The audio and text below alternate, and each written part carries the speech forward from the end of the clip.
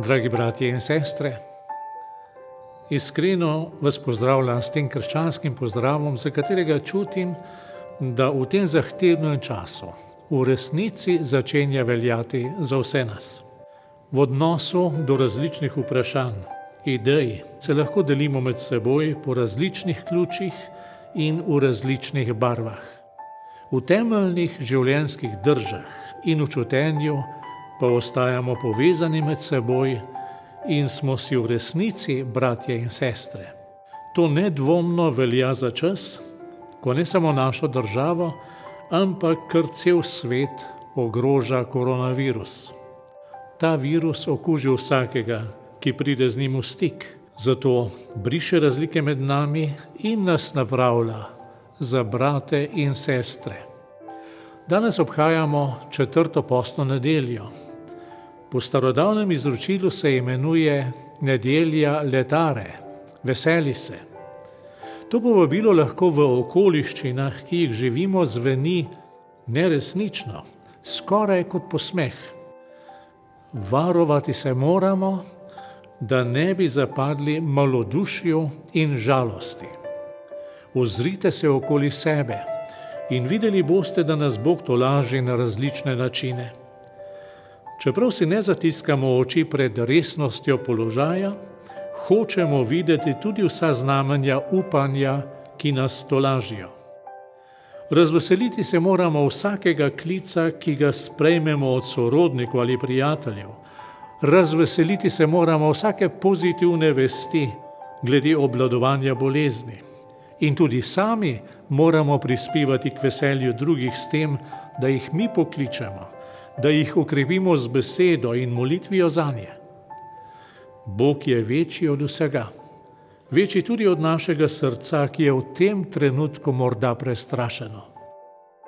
Današnji evangeljski odlomek govori o ozdravljanju sleporojenega. Iz tega odlomka bi rad vzel 3 stavke in od njih razmišljal o sedanjem trenutku. Tisti čas je šel Jezus iz templja in zagledal človeka, ki je bil slep od rojstva. Njegovi učenci so ga vprašali: Učitelj, kdo je grešil? On ali njegovi starši, da se je rodil slep? Ko nam je težko, ko nas je strah, ko smo v preizkušnji, se v nas začne postavljati vprašanje, kdo je kriv.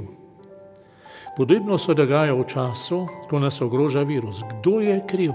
Kdo ga je prinesel v našo državo? Kdo ga je prinesel v naše okolje? Vsa ta vprašanja popolnoma nič ne prispevajo k reševanju problema, ampak v nas porodijo seme dvoma, seme nezaupanja. Jezus je slino naredil blato, pomazal mu je z blatom oči in mu rekel: Pojdi in se umij v vodnjaku Siloa. Odšel je torej in se umil, in ko se je vrnil, je videl. Jezusova beseda je od sleporojenega zahtevala nekaj težkega. Jezus se je z njim pogovarjal na najvišji točki mesta, kjer je bil tempelj, in zahteval, da se spusti na najnižjo točko mesta, kjer je bil vodnjak Siloa. Moral se je pretipati skozi uličice Jeruzalema. A človek je Jezusovo naročilo sprejel in bil ozdravljen.